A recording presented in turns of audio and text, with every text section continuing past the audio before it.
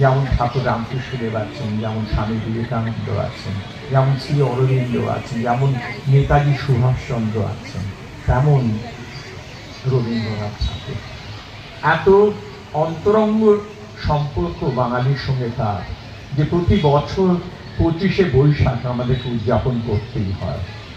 এত গান রেখে গেছেন, এত কবিতা রেখে গেছেন, সব কিছু সাহিত্যের যে কোনো বিভাগে তার কি যে ঘোরাফেরা, একটা জীবন চলে যায় রবীন্দ্রনাথ পড়তে। আমি এখনো রবীন্দ্রনাথ পড়ি, যখন সূর্যোদয় পড়ি আমার মনে আছে আমি রবীন্দ্রনাথের গান শুনতাম, দেখতাম কোথায় কীভাবে কোন কবিতাতে কি গান কি সুর লাগিয়েছেন। গীতবিতান আমি বলি, আমাদের তিনটে মহাগ্রন্থ আছে। এক হচ্ছে গিয়ে গীতা, আর এক হচ্ছে গীতবিতান, আর একটা হচ্ছে আমাদের ঠাকুরের কথামৃত। এই তিনটের বাইরে বাঙালি কখনো বেরোবে না। আর গীতবিতান কেন বড় সেটা আমি ক্রমশ অনুভব করলাম, যে কবি হিসেবে ওনাকে দেখতে গিয়ে শুধু তার গানের দিকে চলে যাচ্ছি ক্রমশ। ওনার নোবেল পুরস্কার পাওয়া বইটা তো গান, যদি সব গানেরই সংকলন, সং অফারেন্স। আর রবীন্দ্রনাথকে নিয়ে ভাবতে গেলে এতটাই আমরা ছড়িয়ে পড়ি যে তার ছায়াতে রয়েছেন এই ভদ্রলোক, যাকে খুব চিনতাম, আমার সঙ্গে খুব সুসম্পর্ক ছিল, মাঝে মাঝে আড্ডার গল্প হতো। জ্ঞানপ্রকাশ ঘোষ খুব ভালোবাসতেন আমাকে, আমার খুব ওনার সঙ্গে খুব তর্ক করেছি। এমন একটা শিক্ষিত জ্ঞানী পুরুষ যাকে নানান রকমভাবে তর্কে ফেলা যায়, এবং তিনি তর্ক থেকে কখনো পিছোতেন না, যদি মনে হতো সেটাই করতেন। আর উনি একটা জিনিস খুব জানতেন, বেশ ভালো জানতেন, যেটা আমরা সবাই খেয়াল রাখি না। উনি তো ওনার আত্মজীবনে লিখেছেন, যেটাকে আমরা রিভিউ করতে হচ্ছিল আনন্দবাজারে, তাকে আমি রেফার করেছিলাম, যে উনি কিন্তু ওয়েস্টার্ন মিউজিকের অনেক কিছু খুঁটিনাটি জানতেন। উনি অসাধারণ গ্রামোফোন বাজাতেন, মানে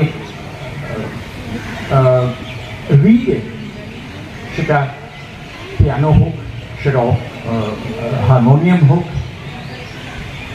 রিডের উপর ওনার একটা অদ্ভুত দখল ছিল। আর তিনি ছিল গলার উপরে। উনি গান শেখাতেন লোককে দিয়ে, সেটা অনেকে জানে না। লোকের জ্ঞানবাবু একটি জিনিস ছিলেন। আজকে এই দুটি মানুষকে একসঙ্গে পাওয়া যে কি সৌভাগ্য, এবং আমার খুব ভালো লাগছে। আমার অনেকদিনের বন্ধু তপনের বই আজকে উদ্বোধন হলো, এবং ওকে আমরা সম্মানিত করছি। খুব ভালো দিন একটা, আপনারা উদযাপন করুন, আমি কথা বাড়াবো না। আজকে গুরু জ্ঞানপ্রকাশ ঘোষ এবং রবীন্দ্রনাথের জন্মজয়ন্তী উপলক্ষে আয়োজিত অনুষ্ঠানের শুভ সূচনা হল। এবার আমাদের আজকের গোটা সন্ধ্যে জুড়েই যারা অনুষ্ঠানের সঞ্চালনার দায়িত্বে থাকবেন তারা ইতিমধ্যে মঞ্চে এসেছিলেন। গার্গী দত্ত এবং শুভদীপ চক্রবর্তী। আজ বুঝি তিনি গুরুদেব রবীন্দ্রনাথের জন্মদিন। আমাদের মধ্যে আজকে উপস্থিত রয়েছেন শান্তিনিকেতন থেকে আমন্ত্রিত সম্মাননীয় অতিথি বাসুবিদি দীর্ঘদিন ধরে অধ্যাপনার কাছে যুক্ত, এবং সেই সাথে রবীন্দ্রনাথের চর্চায় তিনি নিজেকে নিমগ্ন রেখেছেন সর্বক্ষণ। গার্গী বলুন বাসুবিদিকে নিয়ে। প্রফেসর বাসবী মুখার্জি আমাদের বাসবিদি। দীর্ঘদিন সঙ্গীত ভবনের শাস্ত্রীয় সঙ্গীত বিভাগে তিনি তালিম দিয়েছেন। নিজেও খুবই প্রশিক্ষণপ্রাপ্ত। দীর্ঘ ৪৫ বছর তিনি শিখেছেন, এবং তারপরে জার্নিটা তো আরও অন্যরকম, যে শেখাচ্ছেন। পাশাপাশি ৩টে ঘরানায় তিনি সমৃদ্ধ: গোয়ালিয়র, কিরানা, জয়পুর। বহুবার শান্তিনিকেতনে থাকার সুবাদে সামনাসামনি বসে বাসবিদির গান শোনার আমার সৌভাগ্য হয়েছে। একটা কথা আছে যে গ্রামাটিক্যালি যদি কোনো জিনিস ঠিক থাকে, তার যদি ধরনটাকে ঠিক রাখতে পারি আমরা, তাহলে যিনি সঙ্গীত খুব বোঝেন না, শাস্ত্রীয় সঙ্গীতের ক্ষেত্রে আমি বিশেষভাবে উল্লেখ করব, তিনিও বুঝতে পারবেন যে আমার সামনে যে শিল্পী আছেন তিনি যে পথটা দেখাচ্ছেন সেটা আমি একটু হলেও ধরতে পারছি। বাসবিদি ঠিক সেরকমই। প্রফেসর বাসবী মুখার্জিকে মঞ্চে আসতে অনুরোধ করছি। শ্রীমতী বাসবী মুখোপাধ্যায়কে মঞ্চে আমন্ত্রণ জানানো হচ্ছে। মঞ্চে আসতে অনুরোধ করছি শ্রমিক স্বপন ঘোষ মহাশয়কে, সম্পাদক সুখবর। আপনাদের গোড়া থেকে বলেছিলাম যে রূপসা সাহিত্য পত্রিকার নেপথ্যে যিনি কারিগর গীতা মুখোপাধ্যায়, ইন্দ্রাণীদের মা, এবং ইন্দ্রাণী যাঁর ছায়ায়, যাঁদের ছায়ায় আজ ইন্দ্রাণী ভট্টাচার্য, তিনি নিহার মুখোপাধ্যায়, ইন্দ্রাণীদের বাবা, গীতা মুখোপাধ্যায়, ইন্দ্রাণীদের মা। নিহার গীতা স্মৃতি সম্মান প্রতি বছর এই দিনে একজন প্রাপককে বেছে নেওয়া হয়, যার হাতে রূপসার পক্ষ থেকে তুলে দেওয়া হবে নিহার গীতা স্মৃতি সম্মান। এবছর শান্তিনিকেতনের অধ্যাপিকা বাসবিদি, তিনি এই প্রাপক, তুলে দেবেন শ্রমিক স্বপন ঘোষ।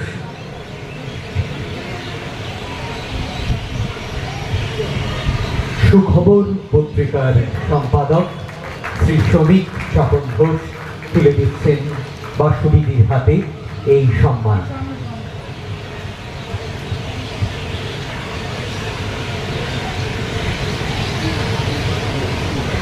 পদ্মবিভূষণ প্রভা আত্রের কাছে দীর্ঘ ৩৮ বছর বাসবিদি তালিম নিয়েছেন।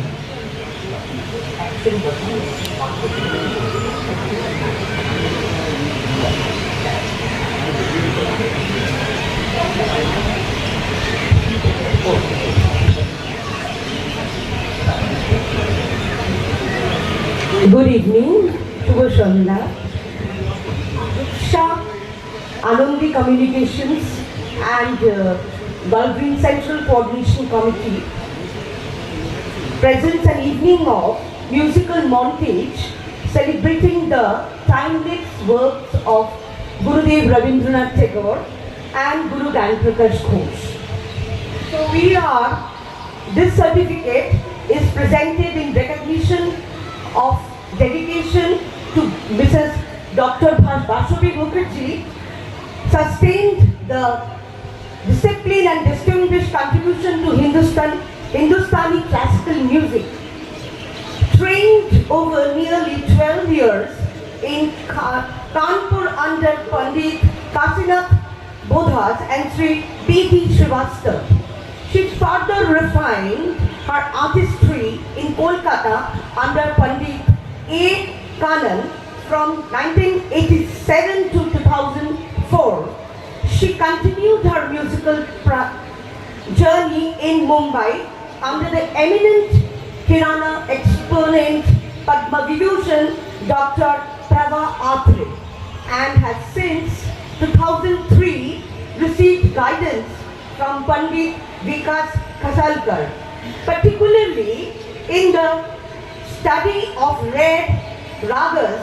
She has performed at several prestigious platforms in India and abroad, and her contributions have been recognized with honors such as Surmani in 1991, Sangeet Ratna in 2019, and Women Achiever 2025 awards. Namaskar.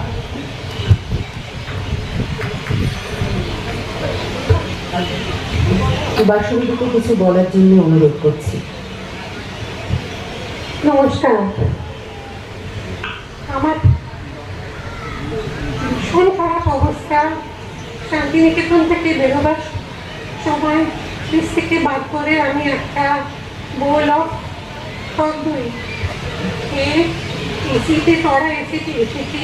Please কিছু মনে করবেন না, বাজে অবস্থা। আজকে আমি খুবই আনন্দিত এবং কৃতজ্ঞ এই অ্যাওয়ার্ডটার জন্য, স্পেশালি দুজন খুব প্রিয় মানুষ, ইন্দ্রাণীজি এবং শঙ্করদার কাছ থেকে,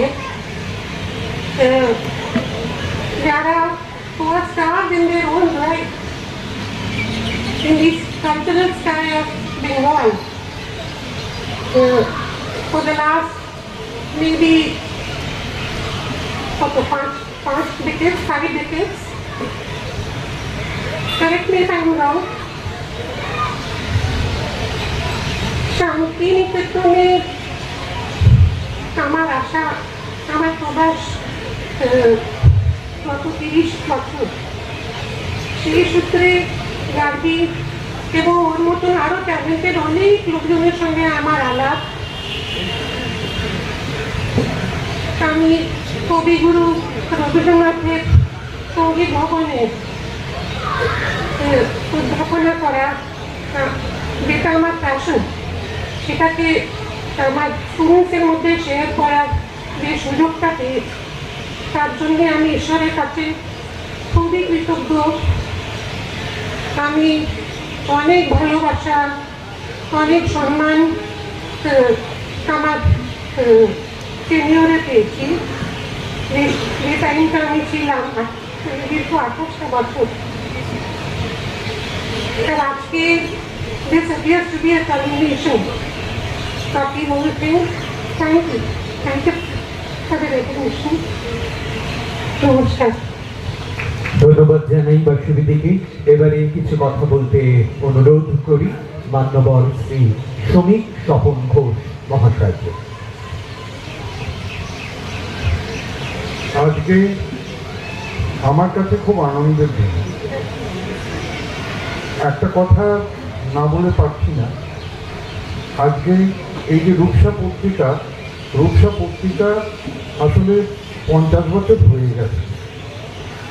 সম্ভবত 75 কি 76 থেকে শুরু হয় রূপসা পত্রিকা। আমি রূপসা পত্রিকার সঙ্গে জড়াই 77 সাল থেকে।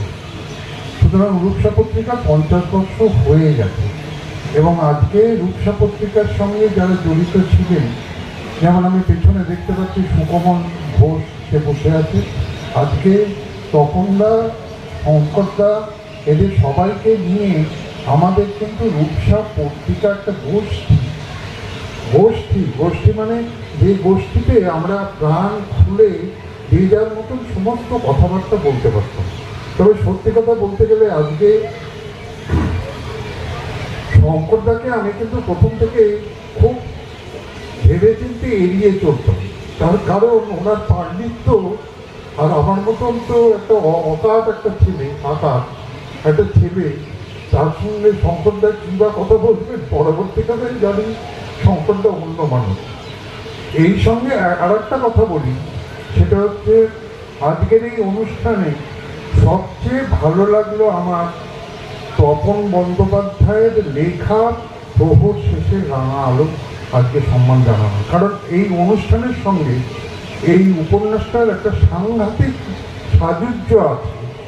যখন এটা বাংলা স্টেটসম্যানের ধারাবাহিকভাবে বেরোচ্ছিল, তখন প্রত্যেক সপ্তাহে আমি পড়তাম শুধু উন্মুখ হয়ে যে তপনদা এরপর কোন দিকে মোচন দেবেন। কারণ একটা গানের শিল্পী এবং একজন চিত্রশিল্পী, শুধু তাই নয়, গান এবং চিত্র এই দুটোর এত সুন্দর অ্যাসিমিলেশন আমি কিন্তু আর কোনো উপন্যাসে পাইনি। এটা আপনারা পড়ে দেখবেন, তখনই দেখতে পাবেন যে এই অসাধারণ অ্যাসিমিলেশন। আমি ধন্যবাদ জানাই আপনাদের সকলকে অযথা সময় নষ্ট করার জন্য। ধন্যবাদ আপনাকে।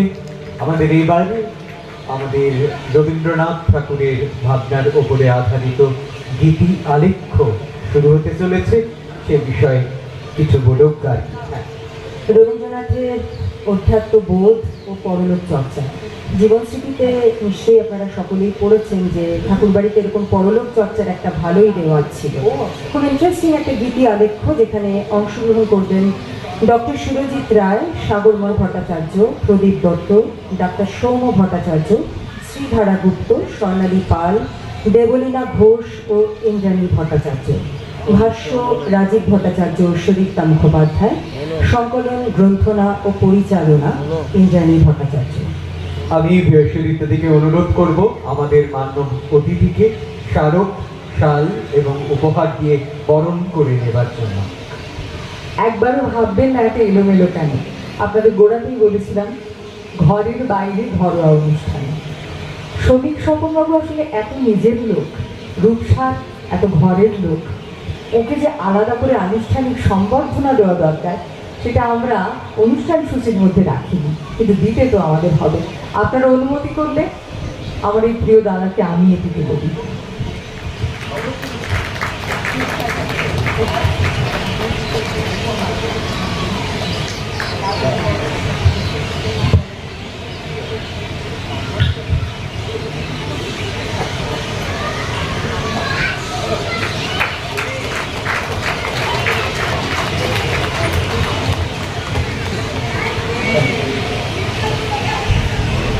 একটা কথা উল্লেখ করে আমরা মঞ্চ থেকে সরে যাব যে আমরাও যেহেতু আমি আর শুভদীপ এই ঘরেরই সদস্য, তাই আমরাও একটু মাঝে মধ্যে এলোমেলো থাকলেও থাকতে পারি, আপনারা মার্জনা করবেন নিজেও বলে। আসলে এলোমেলো থাকলেই মনে হয় ঘরোয়া বিষয়টা আরো বেশি করে ফুটে ওঠে। আমরা শুরু করতে চলেছি আজকের প্রথম অনুষ্ঠান, প্রথম সাংগীতিক আলেখ্য রবীন্দ্রনাথের অধ্যাত্মবোধ ও পরলোক চর্চা। শুরু করছি আজকের গীতি আলেখ্য রবীন্দ্রনাথ ঠাকুরের অধ্যাত্ম চর্চা, অধ্যাত্মবাদ এবং পরলোক চর্চা। আজকের আসরে রবীন্দ্রনাথের দুটি পরিচয়, যা সাধারণভাবে আপনাদের গোচরে নয়, সে চেষ্টা করব আমরা। বিশ্বকবি সারা পৃথিবীতে পূজিত, পরিচিত তার সঙ্গীতের জন্য। তার নোবেল পুরস্কার প্রাপ্তি আমরা জানি গীতাঞ্জলি কাব্যগ্রন্থের জন্য। যদিও প্রথমত এবং প্রধানত এটি কবিতার সমাহার, কিন্তু গান তো তাই গীতাঞ্জলি থেকে বিস্তর। যে মূল্যবোধের পরিপ্রেক্ষিতে জীবনের সঙ্গে সঙ্গীতের তুলনা করা হয়, করা যায়, জীবন সম্বন্ধে সেই মূল্যবোধ তখন সম্ভব যখন ব্রহ্মচর্যের ভিত্তিতে সত্যনিষ্ঠ ও ভক্তি বিনম্র জীবন গড়ে ওঠে। জীবনের সঙ্গে শিল্পের সম্বন্ধ সূত্রকে সন্ধান করা যেমন কঠিন, তার চেয়ে কঠিন সঙ্গীতের সঙ্গে অধ্যাত্ম সাধনার নিবিড় সম্পর্ককে তলিয়ে দেখা। সঙ্গীত যখন তার সপ্তকের সরজে দীর্ঘায়িত স্থিতি লাভ করে, তখন যে কোনো রসিক শ্রোতার অন্তর স্বস্তির শ্বাস ফেলে। এটি ওঙ্কারের মধ্যে বিলীন হওয়ার নামান্তর। ওঙ্কার রূপ সরোজ থেকে জন্ম লাভ করে ত্রিসপ্তকে তার গতিবিধি ও লীলার পর আবার ওঙ্কারে এসে অন্তিম নিঃশ্বাস। এই তো আমাদের রাগ সঙ্গীতের প্রয়োগ রীতি। রবীন্দ্রনাথ বলছেন,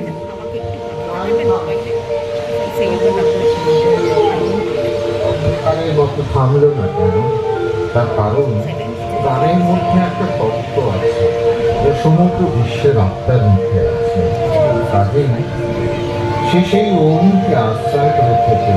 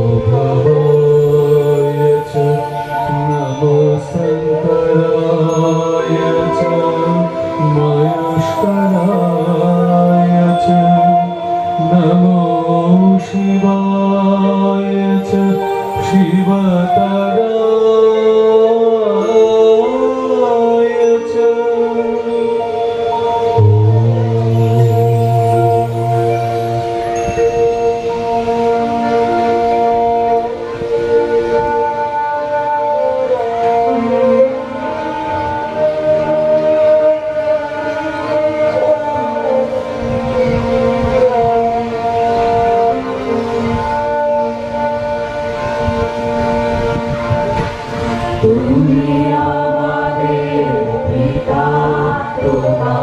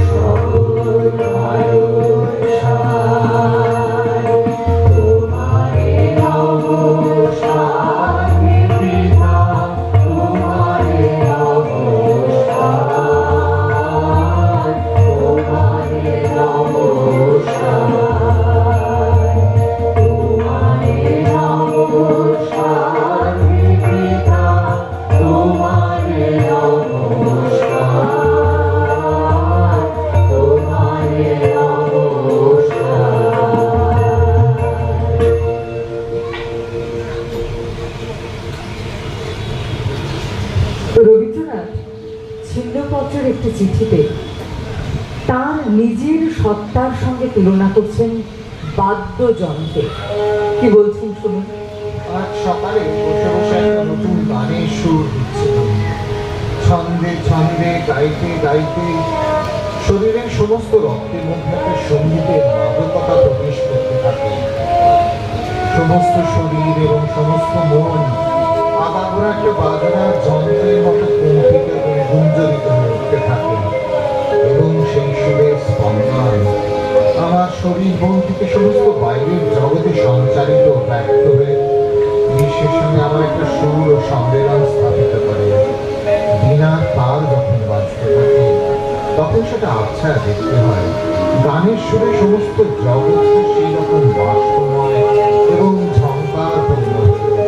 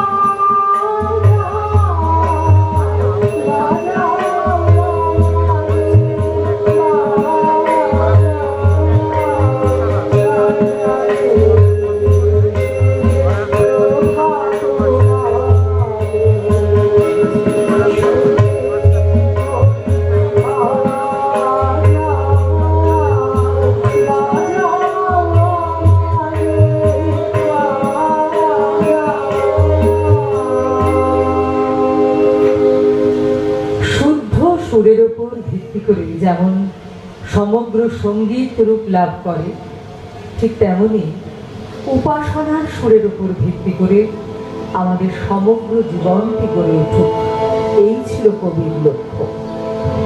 মিলন সম্পূর্ণ হলো আজি তোমার সঙ্গে, এ বিচ্ছেদ বেদনার নিবিড় বন্ধনে এসেছো একান্ত কাছে, ছাড়ি দেশকাল হৃদয়ে মিশায় গেছো ভাঙে অন্তরা।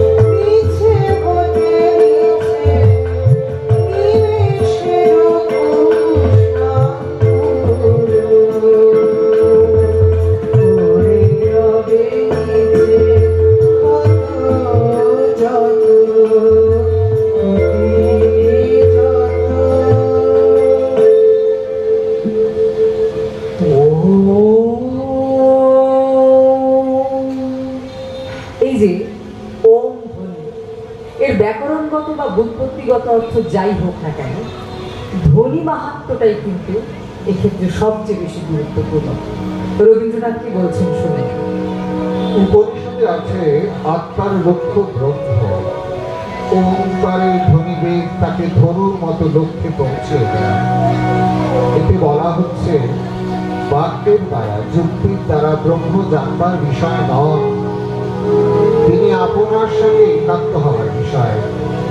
এই উপলব্ধিতে ধ্বনি সহায়তা করে, শব্দার্থ করে না।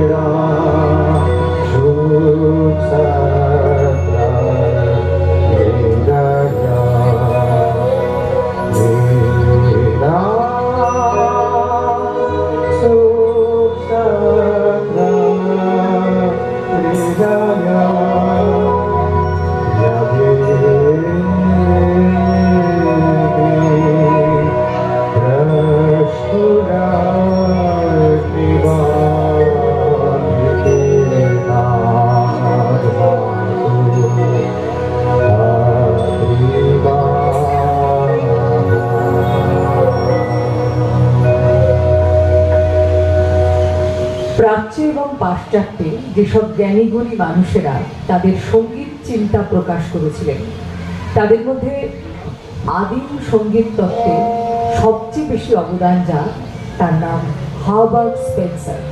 রবীন্দ্রনাথ এর মতকে সবচেয়ে বেশি গুরুত্ব দিয়েছিলেন।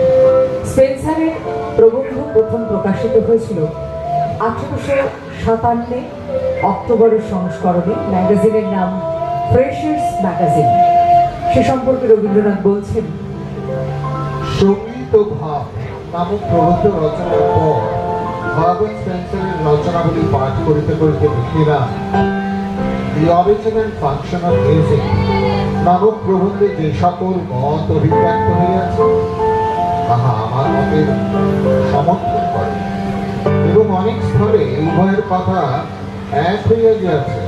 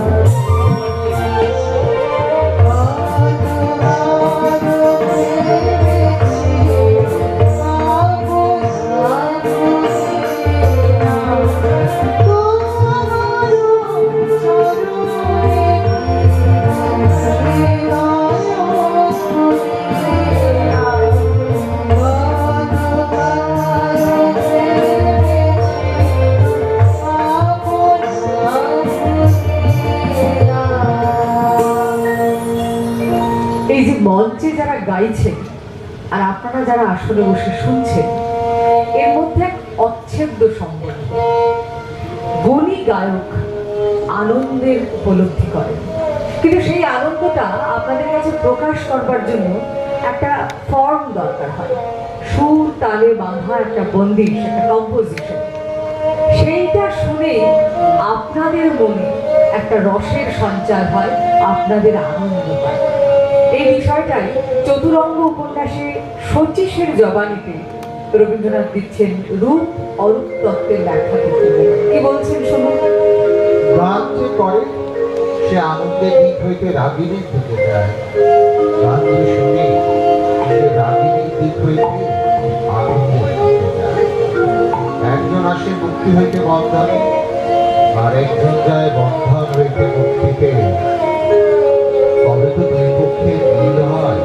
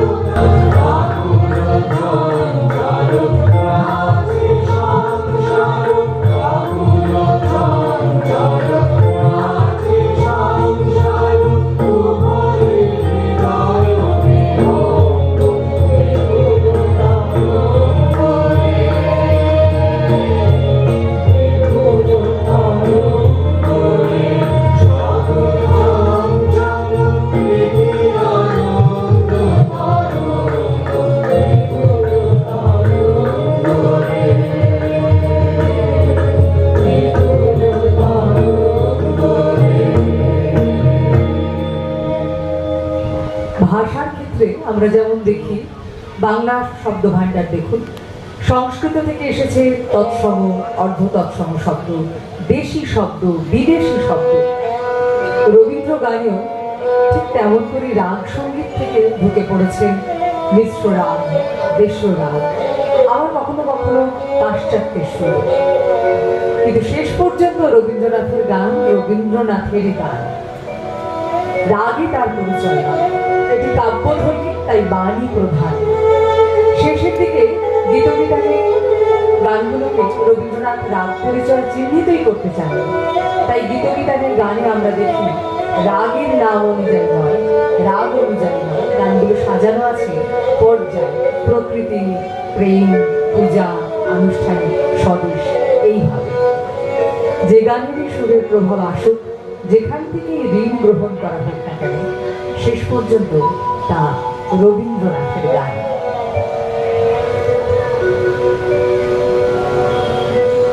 আমার প্রিয়ার ছায়া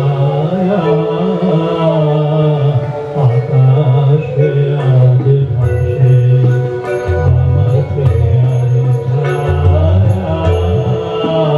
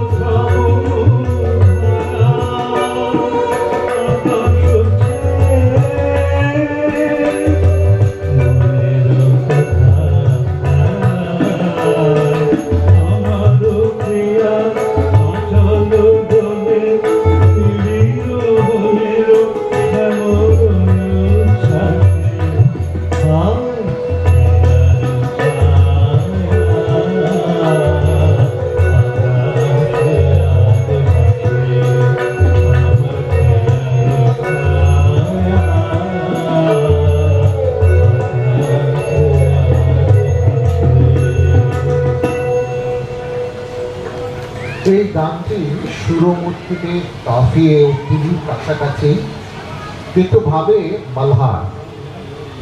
যে রবীন্দ্রনাথ গভীর আত্মবিশ্বাসের সঙ্গে বলতে পেরেছিলেন যে গায়করা সঙ্গীতকে যে আসন দেন, তিনি সঙ্গীতকে তার চেয়েও উপরে স্থান দেন। সেই রবীন্দ্রসঙ্গীত আজ মার্গসঙ্গীতের চেয়ে কোন অর্থে, কোন ব্যাকরণে কতখানি উচ্চ আসনের অধিকারী, তার যথার্থ মূল্যায়ন করার দায়িত্ব আজকে রবীন্দ্রসঙ্গীত চর্চা যারা করেন তাদের। বলার অপেক্ষা রাখে না যে তার যে কোনো গান, তা সে যে চলনেরই হোক, ধ্রুপদ, ধামার, খেয়াল, টপ্পা, এসব গৌণ। রবীন্দ্রসঙ্গীতের সঙ্গীতই মুখ্য,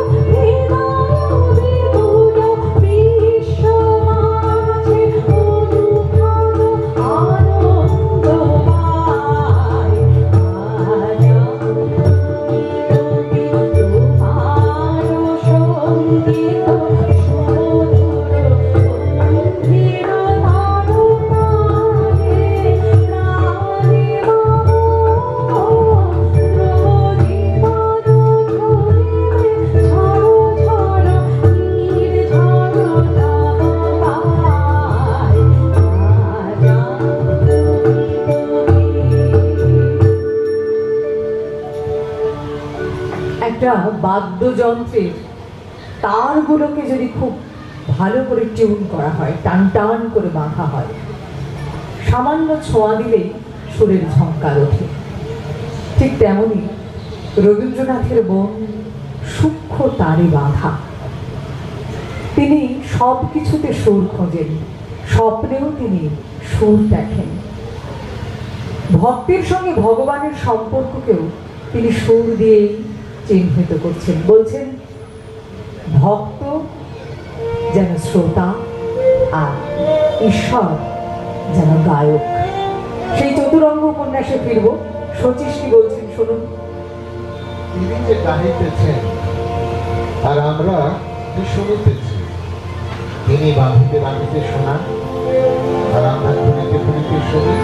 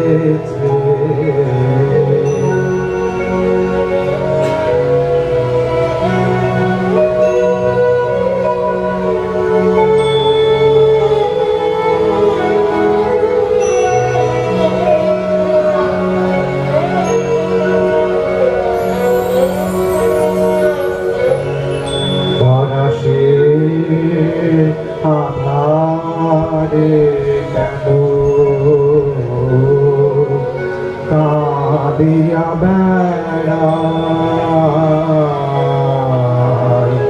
হৃদয় আকাশ পানে কেন না তাকায় ধরা সে আধারে কেন কালিয়া বেড়ায় হৃদয় আকাশ পানে কেন না তাকায় ধ্রুব যদি সে নয়ন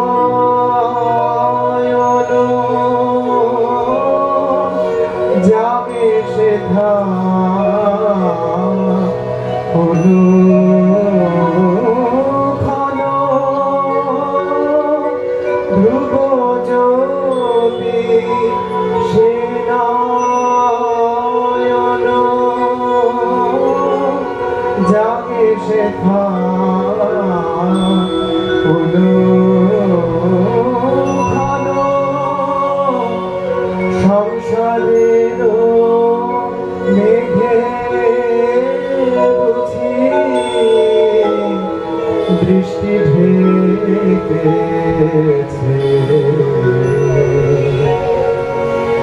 অনিমেষ আখি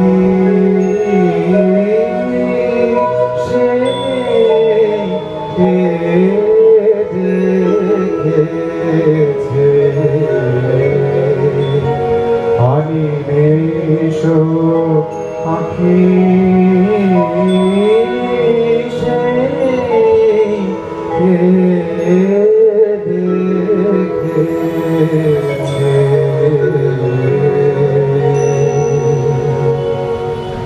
লন্ডনের হার্বার্ট স্পেন্সারের বক্তব্য ছিল, গান যখন আমরা গাই বা শুনি ঠিক তখনই যে আনন্দের অনুভূতিটা হয় সেটাই শেষ কথা না। গানের যখন চর্চা হয়, অনুশীলন, রেওয়াজ, তখনও তা আমাদের অনুভূতির উন্নয়ন সাধন করে। কবিগুরু কি বলছেন? তিনি দেখলেন তার নিজস্ব চিন্তাধারা একেবারে স্পেন্সারের চিন্তাধারারই অনুসারী। তিনি যেন স্পেন্সারের সঙ্গে প্রায় সমস্যারে বললেন, সুখ দুঃখ প্রভৃতি উত্তেজনায় আমাদের কণ্ঠস্বরের যে সকল পরিবর্তন হয় সঙ্গীতে তাহারই চূড়ান্ত হয় মাত্র।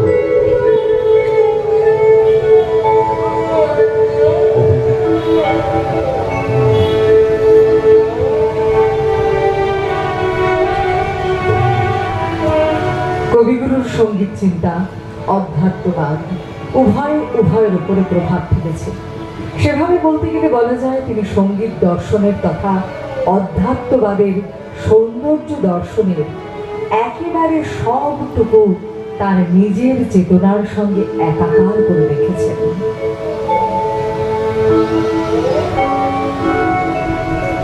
সুখের মাঝে তোমায় দেখেছি, দুঃখে তোমায় পেয়েছি, পেয়েছি প্রাণ ভরে। সুখের মাঝে তোমায় দেখেছি,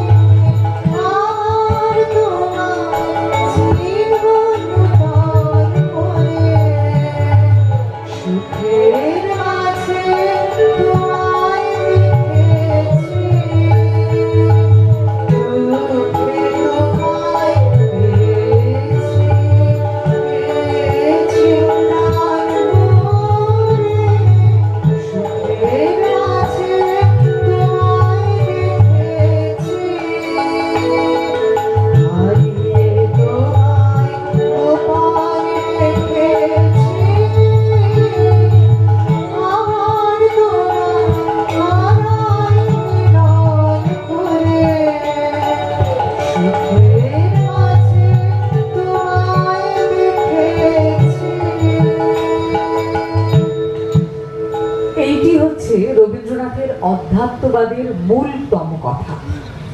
সুখের মাঝে তোমায় দেখেছি, দুঃখে তোমায় পেয়েছি প্রাণ ভরে। সুখে তো ঈশ্বর আছেনই, দুঃখে আরো বেশি করে আছেন। তিনি কখনো ছেড়ে যান না, আমরা অভিমান করি মাত্র। সারা জীবন তার এই দর্শন, এই ঈশ্বর ভাবনা আমাদের আজও ভাবাচ্ছে। এবার আলোকপাত করবো আরেকটা অন্য ভারী ইন্টারেস্টিং একটা বিষয়, সেটা হচ্ছে প্ল্যানচেট, রবীন্দ্রনাথের পরলোক চর্চা। সারা জীবনে তিনি এত সম্মান পেয়েছেন, নোবেল পুরস্কার থেকে শুরু করে কি নয়, কিন্তু দুঃখ তো কিছু কম পাননি, আঘাত তো তার কম আসেনি। দেখেছেন মৃত্যুর মিছিল কত সমালোচনা ভোগ করতে হয়েছে। শোনা যায় তার এই বিস্তৃত জীবনে তিনি যাদের হারিয়েছেন, হারিয়ে শোক পেয়েছেন, ক্ষতবিক্ষত হয়েছেন মানসিকভাবে, প্ল্যানচেটের মাধ্যমে তিনি তাদের ফিরে পাওয়ার চেষ্টা করেছেন। মিডিয়ামের সাহায্যে তার প্রিয়জনের সঙ্গে কথাবার্তা চালিয়েছেন, সংযোগ রেখেছেন বারবার।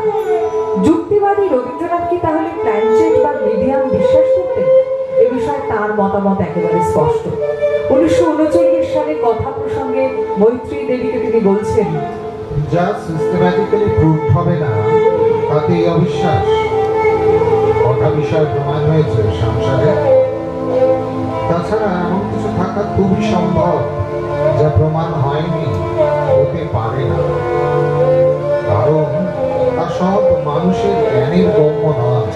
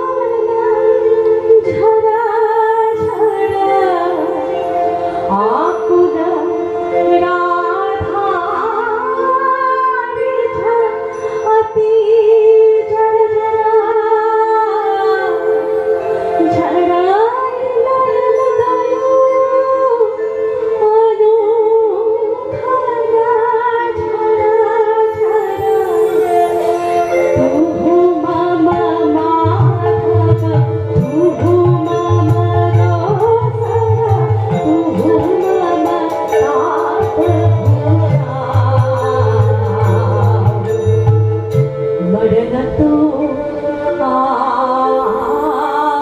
रे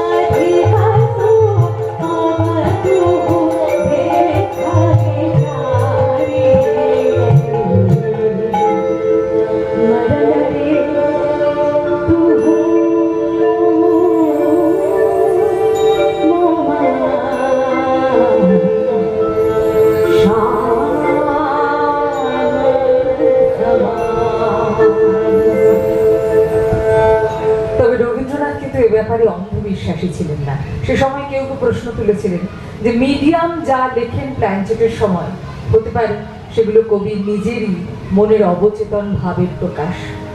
মিডিয়াম বা প্ল্যানচেট, বিদেহী আত্মা ইত্যাদি নিয়ে রবীন্দ্রনাথের মতামত কিন্তু একেবারে স্পষ্ট। আসলে কবির অপরিসীম কৌতূহলই তাকে নিয়ে গেছে পরলোক চর্চায়। 1929 সালের 9 নভেম্বর জোড়াসাঁকো থেকে রানী মহলানবিশকে চিঠিতে লিখছেন, বিশেষ উল্লেখযোগ্য, শুনুন। ভুলা তারপর আরেকদিন এসে পেন্সিল ধরেছিল। এই দিনও ভাববার মতো অনেক লেখা বেরিয়েছে। সমী এসেছিল, অন্য অনেক কথার মধ্যে সে বলল শান্তিনিকেতনের ধ্রুবকে আমার মনে পড়ে। হ্যাঁ, ধ্রুব এক ছাত্র ছিল। বেলা ধ্রুবকে খুব স্নেহ করত। তার কথা সমী মনে পড়বে এটা সঙ্গত, কিন্তু ভুলার হাত থেকে কথা বের হলো কি করে? এই বুলা হচ্ছেন রবীন্দ্রনাথের বন্ধু, কাব্যগ্রন্থাবলীর সম্পাদক মোহিত চন্দ্র সেন মহাশয়ের কন্যা। ডাকনাম বুলা, ভালো নাম উমা। বুলার হাতে থাকতো খাতা আর পেন্সিল। বুলা প্রায়শই রবীন্দ্রনাথের প্ল্যানচেটে মিডিয়ামের কাজ করতেন।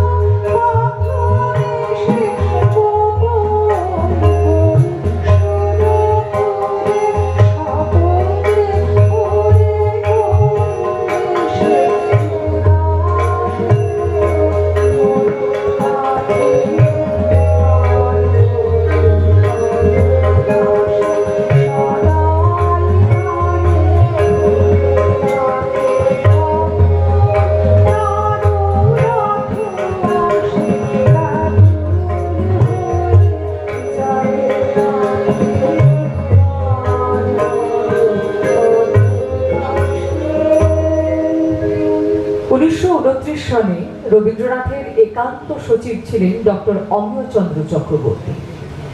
রবীন্দ্রনাথের এই পরলোক চর্চার অন্যতম লিপিকার এই ডক্টর অমিয়চন্দ্র চক্রবর্তী। আরেকজনও ছিলেন মোহনলাল গঙ্গোপাধ্যায়। এই ডক্টর অমিয়চন্দ্র চক্রবর্তী নিজে কিন্তু পরলোক তত্ত্বে আদৌ বিশ্বাসী ছিলেন না। নিউ ইয়র্কের নিউপোর্ট স্টেট ইউনিভার্সিটি কলেজে তিনি তখন অধ্যাপক। সেখান থেকে পরিষ্কার এক প্রশ্নের উত্তরে তিনি জানান, রবীন্দ্রনাথের পরলোক চর্চা হলো মহাপৌরুষের ছেলে মানুষের অস্বীকৃতিকেই অন্যভাবে প্রকাশ করার চেষ্টা। তিনি নিজেই যা গ্রহণ করেননি তা যেন অতিশয়োক্তি দ্বারা ভুল বুঝতে চেয়েছেন। তার মনের স্বল্প দ্বিধাকে উপলক্ষ করে নেতিবাচক প্রশ্ন জানিয়েছিলেন অমিয় চক্রবর্তী। এত বড় আশ্চর্য ঘটনা ভাবতেই পারি না। উত্তরে রবীন্দ্রনাথ বলেছেন, ঠাকুর পরিবারের সবই সম্ভব। উল্টে জোর দিয়ে তিনি তর্ক জুড়েছেন, এই কিন্তু আসল নয়। সঙ্গে সঙ্গে উত্তরও পেয়েছেন। কি করে জানলেন?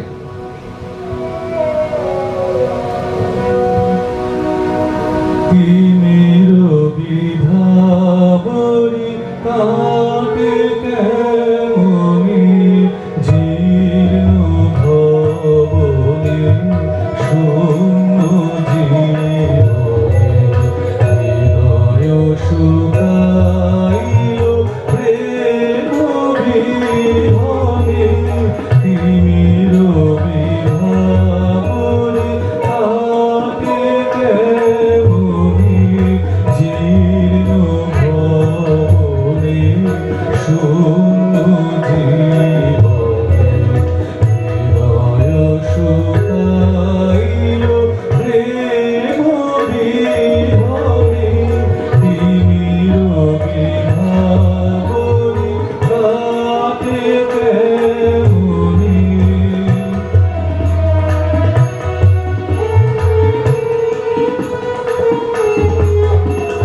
গহন আধার হবে পুলকে পূর্ণ হবে ওহে আনন্দময় তোমার বিনা রবে। গহন আধার হবে পুলকে পূর্ণ হবে ওহে আনন্দময় তোমার বিনা রবে। বসিবে পরাণে তব সুগন্ধ বসন্ত পবনে তিমির বিধাবরী কাটে কেমনি জীর্ণ ভবনে শূন্য জীবনে হৃদয় শুকাইল প্রেম বিহনে তিমির বিধাবরী কাটে কেমনি।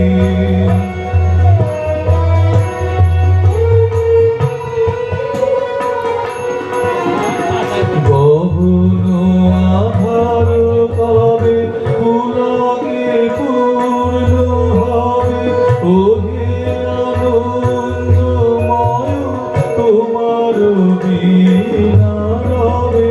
গহন আধার কবে পুলকে পূর্ণ হবে ওহে আনন্দময় তোমার বিনা রবে। বসিবে পরাণে তব সুগন্ধ বসন্ত পবনে তিমির বিধাবরী কাটে কেমনি জীর্ণ ভবনে শূন্য জীবনে হৃদয় শুকাইল প্রেম বিহনে তিমির বিধাবরী কাটে কেমনি তিমির বিধাবরী। হেমন্তের ম্লান সন্ধ্যায় শান্তিনিকেতনের উদয়ন বাড়ির একটি ঘরে জ্যোতিরিন্দ্রনাথ ঠাকুরের অশরীরী আত্মা উপস্থিত হয়েছিলেন কনিষ্ঠ ভ্রাতার আহ্বানে। এসেছিলেন বিভিন্ন সময় বিশ্বকবির আরো অনেক আপনজন, জ্যেষ্ঠা কন্যা মাধুরীলতা, কনিষ্ঠ পুত্র সমীন্দ্রনাথ, ছোট বউ মৃণালিনী, নতুন বৌঠান কাদম্বরী, অজিত চক্রবর্তী, সত্যেন্দ্রনাথ দত্ত, সুকুমার রায়, সতীশ রায়, মণিলাল গঙ্গোপাধ্যায়, সন্তোষ মজুমদার, অসংখ্য বিদেহী আত্মা।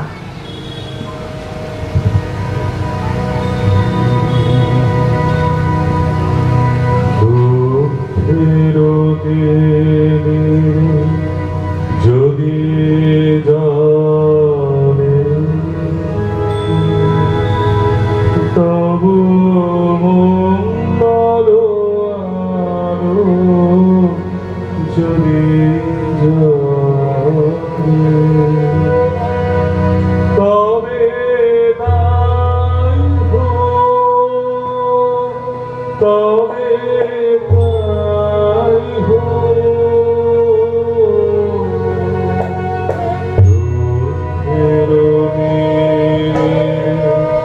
যদি জানে তবু মঙ্গল আলোক যদি জানে তবে তাই হোক, তবে তাই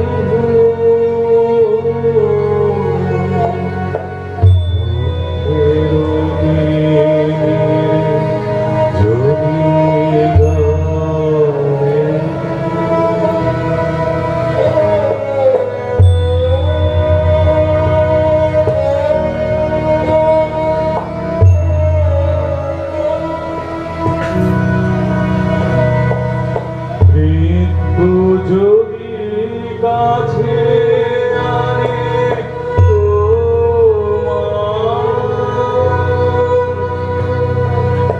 অমৃত তবে তাই হোক,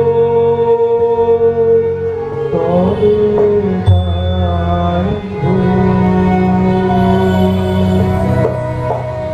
মৃত্যু যদি কাছে আনে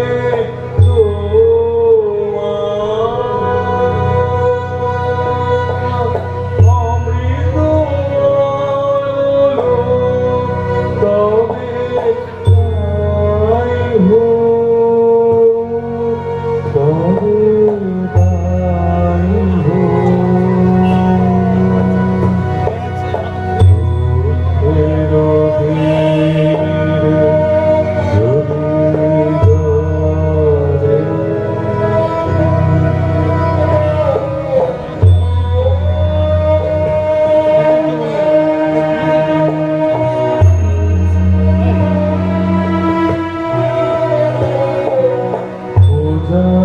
প্রদীপে পাব চলে যদি মম দোষ তবে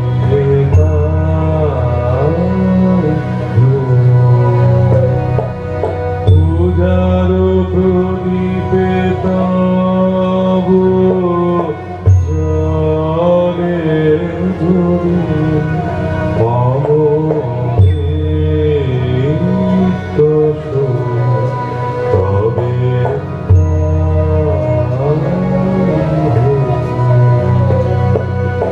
অশ্রু আঁকি পরে যদি ওঠে তব স্নেহ তবে তাই হোক, তবে তাই হোক। অশ্রু আঁকি পরে যদি ভুলে ওঠে তবে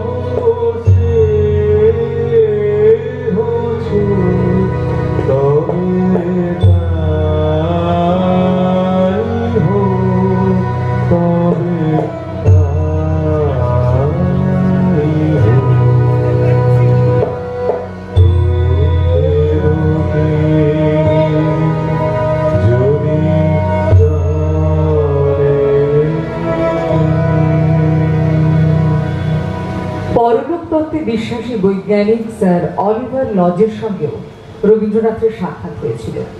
মৃত আত্মার সঙ্গে ভাবের আদান প্রদান, প্ল্যানচেট ইত্যাদিতে তাঁর বিশ্বাস স্যার লজ নানা প্রমাণ সহযোগে লিখেছিলেন। 1928 সালের স্ট্র্যাফোর্ডশায়ার সেন্টিনেল কাগজে উভয়ের সাক্ষাতের উল্লেখ আছে। এছাড়া 1920 সালে ওয়াশিংটন নামক কাগজেও এডিসনের মেশিন বলে একটি যন্ত্রের খবর পাওয়া যাচ্ছে।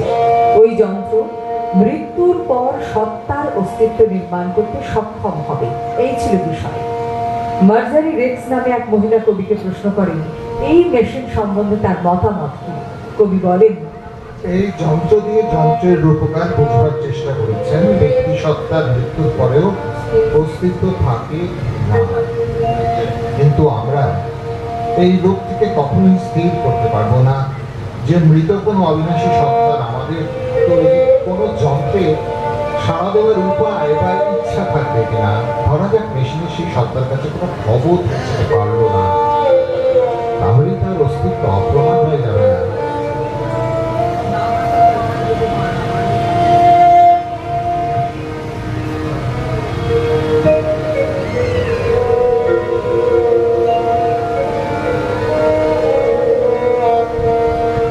না বাঁচাবে আমার যদি তবে না বাঁচাবে আমার যদি তবে কিসের তরে এই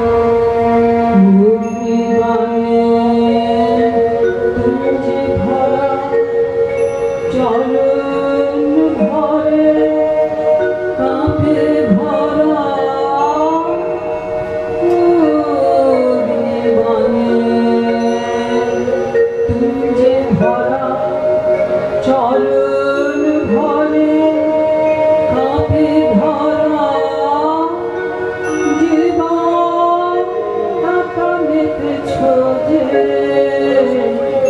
মরণ মহোৎসবে না বাঁচাবে আমায় যদি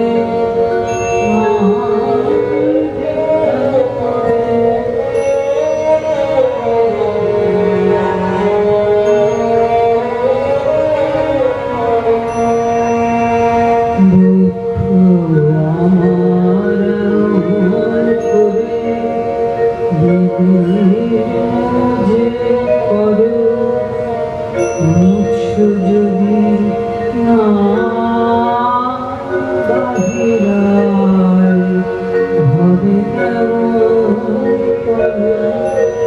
এই যে আমার ব্যথার খনি যোগাবে ওই মুকুট মনি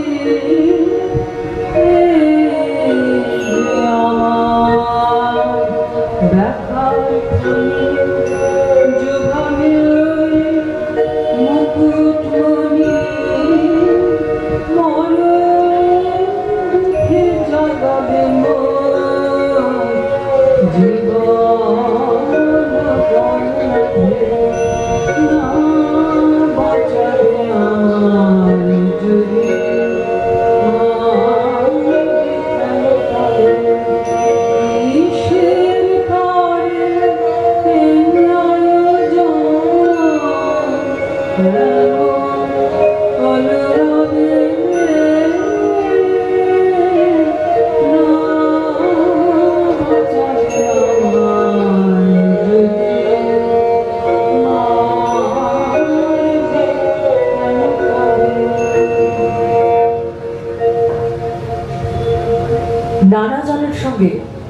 রবীন্দ্রনাথের এই পরলোক বিষয়ে আলোচনা, মিডিয়াম সম্পর্কে তার বিশ্বাস, এসব পাশাপাশি রাখলে আমাদের রবীন্দ্রনাথ ঠাকুর মানুষটাকে বুঝতে একটু সুবিধে হবে। নয়তো এমন মনে হতেই পারে তিনি হয়তো প্রেত তত্ত্বে বিশ্বাসী, জীবন বিমুখ, একেবারে অধ্যাত্মবাদী একজন মানুষ। সে ধারণা কিন্তু ভুল। মিডিয়ামের সাহায্যে যে কথা তিনি বলেছেন আত্মাদের সঙ্গে, তাতে তিনি ব্যক্তিগত অনুসন্ধির চাষে অসীম অনন্তে পরিব্যাপ্ত পরজীবনের রহস্য জানবার আগ্রহ বেশি প্রকাশ করেছেন। বিশ্বাস করেছেন মৃত্যুর পরেও নতুন জগৎ আছে।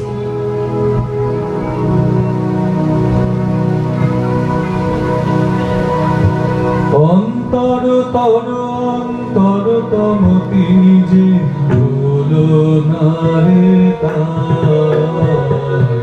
অন্তর তর অন্তর তম তিনি যে ভুলো না রে তাই। থাকিলে তাহার সঙ্গে পাপ তাপ দূরে যায়। অন্তর তর অন্তর তম তিনি যে ভুলো না রে তাই। থাকিলে তাহার সঙ্গে পাপ তাপ দূরে যায়। অন্তর তর অন্তর তম তিনি যে ভুলো না রে তাই।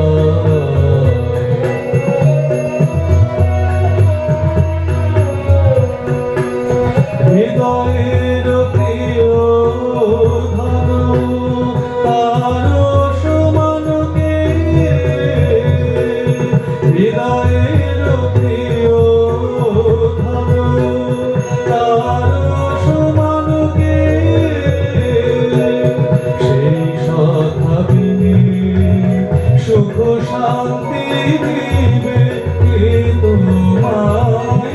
অন্তর তর অন্তর তম তিনি যে ভুলো না রে তাই।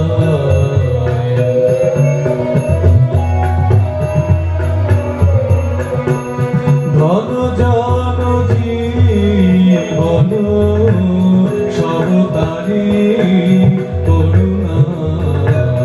তার করুণা মুখে বলা নাহি যায়, মুখে বলা নাহি যায়। ধন জন জীবন সব তারি করুণা। তার করুণা মুখে বলা নাহি যায়, মুখে বলা নাহি যায়। এত যার করুণা তারে কি ভুলিবে। এত যার করুণা তারে কি ভুলিবে। তারে ছাড়ি ভব সাগরে প্রাণ কোথায়। অন্তর তর অন্তর তম তিনি যে ভুলো না রে তাই। থাকিলে তাহার সঙ্গে পাপ তাপ দূরে যায়। অন্তর তর অন্তর তম তিনি যে ভুলো না রে তাই। অন্তর তর অন্তর তম তিনি যে ভুলো না রে তাই। জীবন আর মৃত্যু পাশাপাশি দুটি ঘর, যেন মাঝখানে শুধু একটু দরজা। কেন রে এই দুয়ারটুকু পার হতে সংশয়, জয় অজানার জয়। মৃত্যুর পরেও নতুন জগৎ আছে, এই ছিল রবীন্দ্রনাথের মৃত্যু দর্শন। এত কথা বলার পরেও কিন্তু স্বীকার করতেই হবে 1929 সালে যখন তিনি তার বন্ধু মোহিত সেনের কন্যা উমা বা বুলাকে প্ল্যানচেটের মিডিয়াম হিসেবে পেলেন, তখন তার অনেক ভাবনার পরিবর্তন হয়েছে। এতদিন পর্যন্ত তিনি মিডিয়াম ব্যবহার করেননি, এই প্রথম শুরু, এবং তার পারলৌকিক চিন্তায় যথেষ্ট পরিবর্তন এসেছে। 6ই নভেম্বর রানী মোহনার বিষকে চিঠিতে লিখছেন রবীন্দ্রনাথ। সেদিন ভোলা এসেছিল, হঠাৎ কথা থেকে প্রকাশ পেল তার হাতে প্রতাপটা ভর করে, পেন্সিল চালিয়ে কথা তুলতে পারে। বলা বাহুল্য, শুনে মনে মনে হাসলুম। বলুন দেখা যাক। প্রথমে নাম বেরোলো মণিলাল গাঙ্গুলি। তার কথাগুলোর ভাষা এবং ভঙ্গির বিশেষত্ব আছে। উত্তরগুলো দেখে শুনে মনে হয় যেন সেই কথা বলছে। প্রথমে সন্দেহ, পরে বিশ্বাস। এই বিশ্বাস ক্রমশ পোক্ত হয়েছে বারংবার মিডিয়ামের মাধ্যমে আরো প্রিয়জনের আনাগোনা আর কথাবার্তার রকম দেখে। এই মিডিয়াম সম্পর্কে কেউ সন্দেহ প্রকাশ করলে তিনি রাগই করতেন, বলতেন নূতনকে জানার আগ্রহ কেন হবে না, জানতে দোষ কি। প্রসঙ্গত বলি, শান্তিনিকেতনের প্রাক্তন ছাত্র হিতেন্দ্রনাথ নন্দীকে লেখা এক চিঠির কিছু পড়ে কি মনে হয় দেখুন, শুনুন। মৃত্যু, দুঃখ, পাপ প্রভৃতি কতগুলো জিনিস আছে যার সম্বন্ধে প্রশ্নের অন্ত নেই। তার শেষ জবাব দিতে পারি এমন শক্তি আমাদের কারো দেখি নেই। কিন্তু তাই বলে যদি এই প্রশ্ন করে তাহলে যে প্রাণ আমাদের গোচর থেকে সরে যায় তার হয় কি? তবে সাফ জবাব দেওয়া উচিত, জানি না। যারা বলে জানি এবং পরলোকের ভূ বৃত্তান্ত ম্যাপে এঁকে দেখিয়ে দেওয়ার চেষ্টা করে, তাদের কথা আমি এক বর্ণ বিশ্বাস করিনি। অপেক্ষা করে থাকা ভালো, যখন জানবার সময় আসবে তখন সব জানা যাবে। জলধারার কলস্বরে সন্ধ্যা গগন আকুল করে, ওরে ডাকে আমার পথের পরে সেই ধ্বনিতে। এখন বিজন পথে করে না কেউ আসা যাওয়া।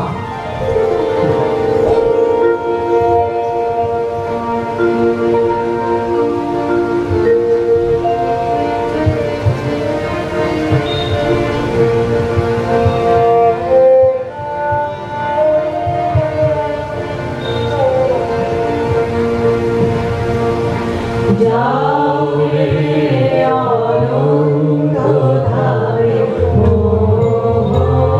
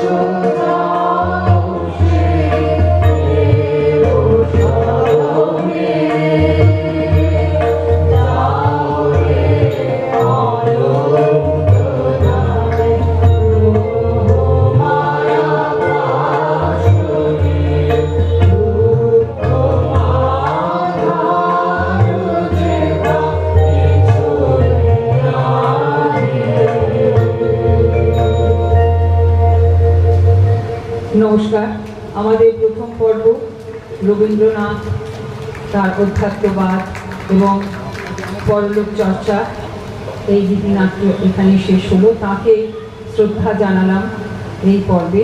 পরবর্তী পর্বে গুরু জ্ঞান প্রকাশ ঘোষ, যিনি আমাদের বাংলা গানের প্রধান অন্যতম একজন, সেই সূত্রে এখন বিভিন্ন রকম বাংলা গান শুনতে পাবেন এবং অনেক শিল্পী এসেছেন। আমরা এখন মঞ্চ ছেড়ে দিচ্ছি, তাদের আবাহন করছি। ধন্যবাদ। প্রসঙ্গক্রমে আপনাদের জানাই, এই যে রবীন্দ্রনাথের অধ্যাত্মবাদ এবং পরলোক চর্চা বিষয়ে যা কিছু তথ্য আপনারা আজ শুনলেন, সবটুকুরই সংকলন, গ্রন্থনা এবং গোটা অনুষ্ঠানের পরিচালনায় ইন্দ্রাণী ভট্টাচার্য। আমি আরেকটা সংযোজন করি, এখানে একটা ছোট্ট বই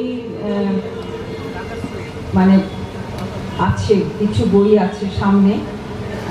আমাদের কিছু পাবলিশার এসছেন, তারা এই বইগুলো আপনারা যদি সংগ্রহ করতে চান ঠিক সামনে আছে, আপনারা নিতে পারেন এবং এই বইগুলি আপনারা পড়লে সত্যি আপনাদের ভালো লাগবে। আর এর বেশি আর কিছু বলছি না, আপনারা নিজেরা এসে দেখে নিন। ধন্যবাদ। আমি মাইকের বাইরে অমাইক হয়ে একটি কথা বলি, যে বইগুলো রয়েছে তার মধ্যে ইন্দ্রাণী ভট্টাচার্যের লেখা একটিও বই আছে, ছিন্ন পাতার সাজাই তরণী।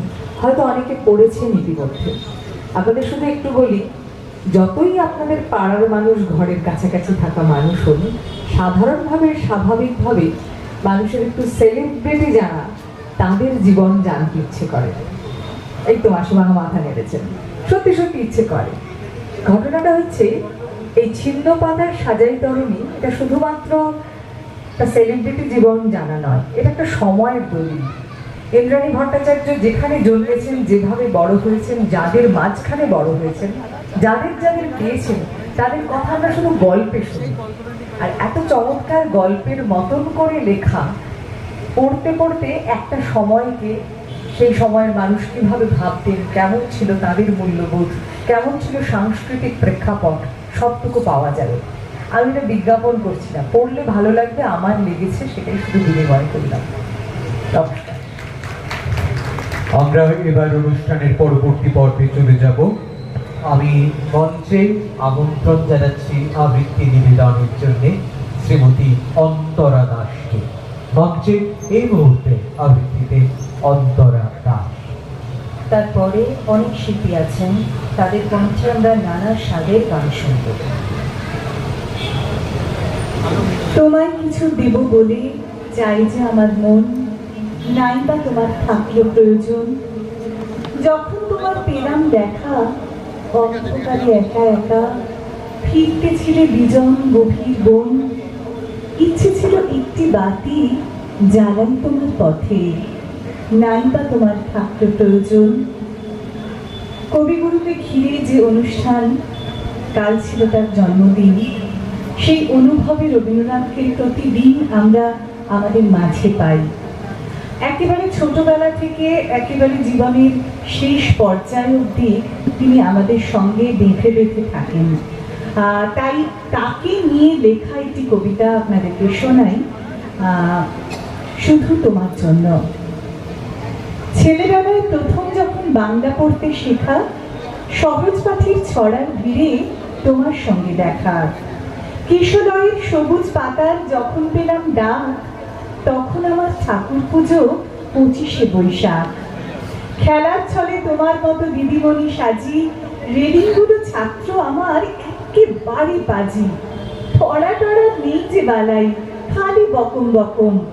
বেতের ঘায়ও হয় না সোজা, এমনি তাদের রকম। তোমার থেকেই ধার করে তাই গল্প বলি রোজ, পক্ষীরাজির ঘোড়ায় চেপে রাজার বাড়ির খোঁজ।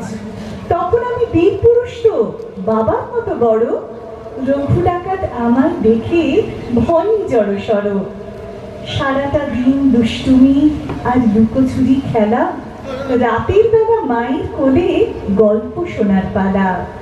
মধুমাছির নৌকো বেয়ে ছেলেবেলা পার, কিশোর বেলার রঙিন খেলার জুড়ি মেলা ভার। মনের কোণে মেলছে ডানা, স্বপ্ন কত রঙিন, ইহার চেয়ে হতেন যদি আরব বেদুইন। রঙিন নেশায় দুর্জয়কে করতে হবে জয়, রক্ষা নয় বিপদে আমি না যেন করি ভয়। বছরগুলো পার হয়ে যায়, এগিয়ে চলি সামনে, তোমার লেখায় রসদ পাই, প্রেরণা পাই জীবনে। রেলগাড়ির সেই কামরায় প্রথম যখন দেখা, তোমার হাতে গীতবিতান, সামনে খোলা পাতা। মনির কোণে সঙ্গপনে খুঁজেছিলেম যারে, সেই তো তুমি দাঁড়িয়ে আছো গানের ওপারে। প্রথম পেলাম তোমার লেখায় ভালোবাসার খোঁজ, দু চোখ জুড়ে নতুন নতুন স্বপ্ন আঁকি রোজ। প্রভু আমার, প্রিয় আমার, পরম ধন তুমি, মনের ব্যথার সঙ্গী তুমি, ওগো অন্তর্যামী। জানি তোমার অনেক আছে ভাড়ার পরিপূর্ণ, তবুও এই কবিতাখানি শুধু তোমার জন্য, তবুও এই কবিতাখানি শুধু তোমার জন্য। নমস্কার। অন্তরাকে ধন্যবাদ, বরাবরের মতো আমাদের মুগ্ধ করলো। আমি বললাম যে একটু আগেই নানার সাদের গান আমরা শুনবো, তার অপেক্ষায় আছি। প্রথমেই মঞ্চে ডেকে নেব ডাক্তার অমিতাভ চন্দ্রকে। হ্যালো, নমস্কার, শুভ সন্ধ্যা। এতক্ষণ আপনারা গুরুদেবের কিছু কর্মকাণ্ডের কথা শুনলেন। গুরুদেবের গান যিনি আমাদের প্রতি ঘরে ঘরে নিয়ে গেছেন, তারও আজকে জন্মদিন, পঙ্কজ কুমার মল্লিক। তো আমি এমন একটা পরিবেশনা করছি যেখানে গুরুদেবও আছেন, পঙ্কজ কুমার মল্লিকও আছেন। 17 বছরের প্রায় কিশোর পঙ্কজ মল্লিক তখন রবীন্দ্রনাথের কবিতা থেকে সুর করে করে বিভিন্ন জায়গায় গাইছেন। খবরটা পৌঁছলো ঠাকুর বাড়িতে, ডাক পড়ল প্রায় কিশোর পঙ্কজ মল্লিকের। পঙ্কজ মল্লিক বলছেন, বিরাট একটা ঘরে গিয়ে বসে দেখি ফরাস পাতা, একজন ঋষিতুল্য ব্যক্তি ডেস্কের ওপর বসে এক মনে কি যেন লিখছেন, অনেক পেন্সিল ছড়ানো, প্রায় ধ্যানস্থ তিনি। আমি যেতেই কিছু লোক চলে গেল। রবীন্দ্রনাথ ঠাকুর আমাকে বললেন পিয়ানোতে বসতে।